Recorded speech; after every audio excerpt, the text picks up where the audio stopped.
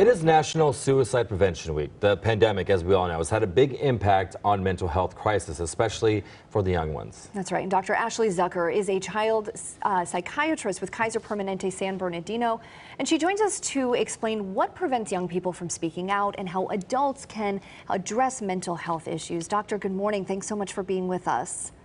Good morning. Thank you for having me. Yeah, well, first off, the numbers are just staggering and alarming. So tell us a little about the suicide rate among young people in the U.S. Yeah, so we've definitely seen an increase in the suicide rate over the past few years, and certainly the pandemic has been a part of that. You know, one thing I find incredibly staggering is that about 20% of high school students have actually thought about suicide, which is just a dramatic, number of students. Yeah, it's gotten to the point where we've all heard stories from loved ones or people who may have thought about it. So talking a little bit about the challenges that youth experience, what is it that prevents them from speaking up when they are struggling? You know, there's still an incredible amount of stigma for mental health, despite some, great strides that we've made in that area as a community. But kids can be very embarrassed if they're feeling that way. They can also be afraid. They might be afraid of that embarrassment, but also afraid of how people might respond to them. Maybe they're afraid they'll be ignored, or maybe they're afraid that people will get upset or angry at them. Some teens are afraid that they'll be punished, and so they might lose things like their cell phone or their access to their laptop or to their friends and things like that. And so that can really cause them to not speak out. And what about the impact of social media on young people? How much does it just project the wrong image or expectations for kids? You know, there's a lot of mixed evidence about how social media impacts our mental health. Certainly, social media is a source for kids where they're really comparing themselves to each other. And so it can set certain expectations of things that are just not realistic. You know, people display a certain persona online.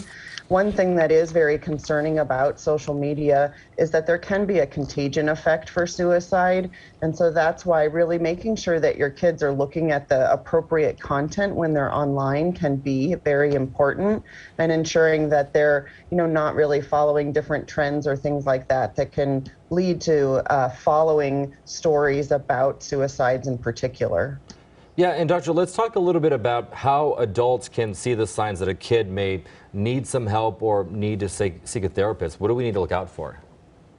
Some very common signs for kids is just a change in their behavior. So it might be that they're more withdrawn, they're not engaging in things that they used to like to do, not hanging out with friends as much, maybe changes in their sleeping habits or their eating habits.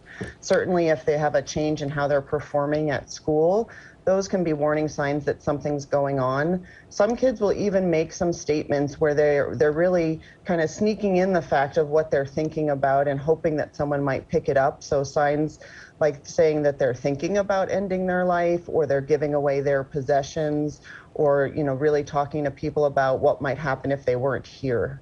And briefly then, what's the best way for parents or caretakers to then approach the subject and have that difficult conversation? So what's really important, so despite the fact that there is a contagion effect online and on social media, is for people to really directly ask. So asking someone, whether it's a teen or an adult, if they're having thoughts about wanting to kill themselves, will not cause them to have those thoughts. And it's really the best way to engage people. But also when you're asking those questions or checking in with your teens or your kids, just being very open-minded, non-judgmental, and really just being there to listen. That can go an extremely long way. Yeah, a great reminder and great tips for parents. Dr. Ashley Zucker, thank you so much for joining us this morning.